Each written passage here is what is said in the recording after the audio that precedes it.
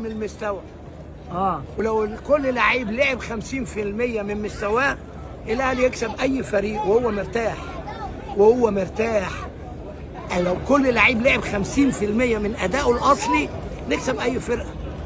انت معاك فرقه مستنياك تكسب، انت بتدخلها الماتش، وده من ايه؟ عدم احترام الخصم، عدم التركيز، ثقه زياده، تراخي. واحنا جايبين جون ومسيطرين ورايحين 3-4 مرات، يجي فيا جون سمك لبن تمريندي. ده لعيبه ولا المدرب؟ لا، ايه السبب؟ المدرب ماله؟ والمدرب هينزل يلعب.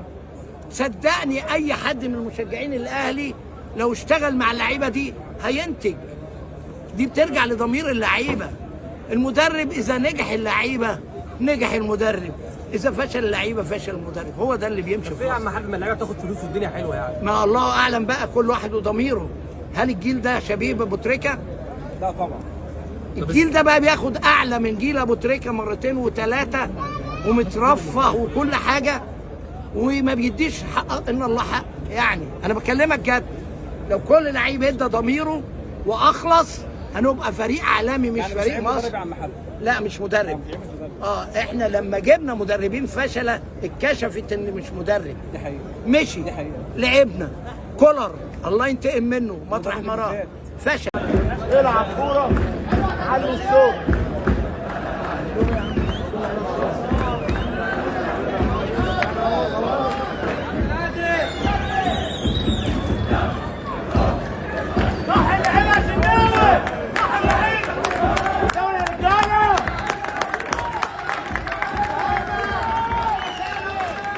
زنفلي هتخسروا والله. زنفلي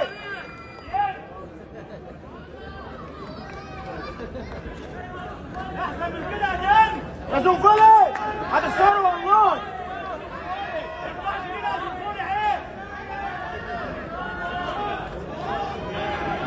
عيب كان بيلعب عندنا، يلعب كل حاجه في حته مش كلمه الخساره كان بيلعب عندنا.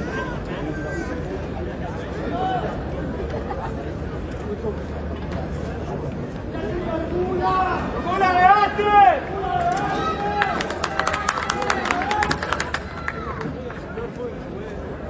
زار يا كابتن نبي. زار فين؟ عند ربنا يا كابتن. انت ابدي في النادي الاهلي يا عبادة. اوعى حد يلعب بدماغك.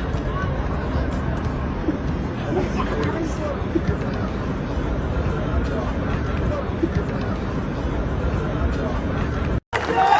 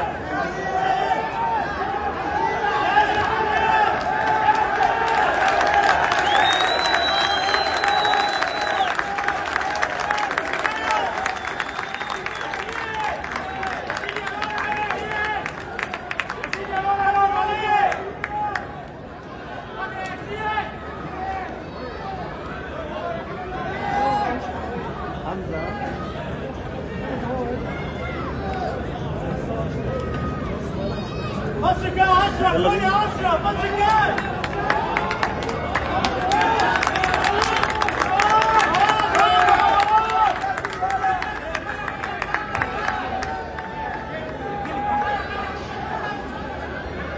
والله خلاص مفيش حاجه.